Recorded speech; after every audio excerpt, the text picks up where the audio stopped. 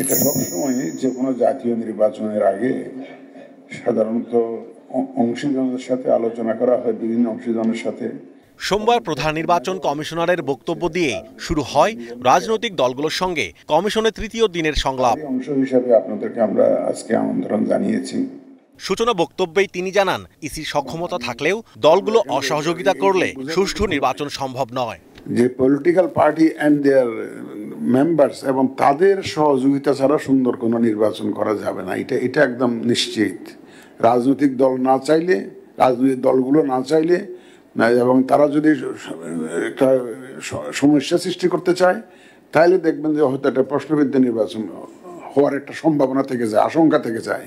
পরে নিজেদের অবস্থান তুলে ধরে ইসিকে নানা পরামর্শ দেন সংলাপে অংশ নেয়া 12 দলের প্রতিনিধিরা। জানান, লেভেল প্লেইং ফিল্ড তৈরি সহ ভোট কেন্দ্রের নিরাপত্তা নিশ্চিতের দাবি। আচরণবিধি ভঙ্গের জন্য প্রার্থীকে তার প্রার্থীতে বাতিল করার ক্ষমতা আপনাদের থাকতে হবে।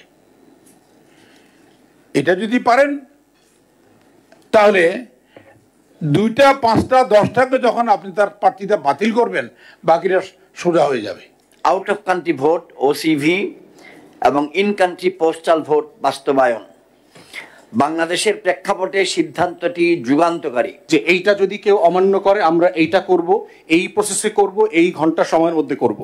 এই ডিসাইসিভনেস যদি আপনারা না থাকেন, যথাযথ কর্তৃপক্ষ দেখবে, কমিশনে যাবে, তদন্ত করবে, এই ধরনের লিগ্যাল ওয়ার্ডস আমরা জাস্ট অভ্যস্ত, কিন্তু আমরা জানি হাউ ইনএফেক্টিভ দোজ আর।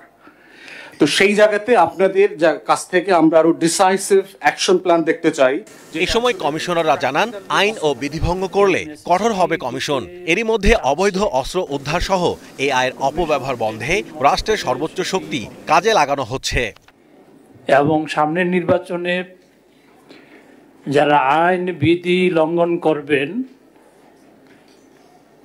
তারা নির্ঘাত পেরেশানির মধ্যে পড়বেন, এটি নিশ্চিত।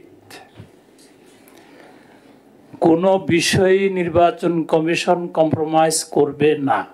অস্ত্রগুলো হারিয়ে গিয়েছিল 5ই আগস্টের সময় বা তার অব্যবহিত পূর্বে। আজকে সকাল পর্যন্ত আমরা যে তথ্য পেয়েছি, 81% অস্ত্র এবং আনুমানিক 73% অ্যামুনিশন ইতিমধ্যে উদ্ধার করা হয়েছে।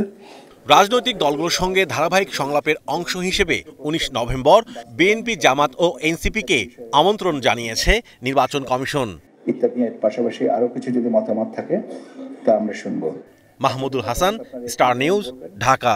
পাশাপাশি যদি আপনারা লিখিতভাবে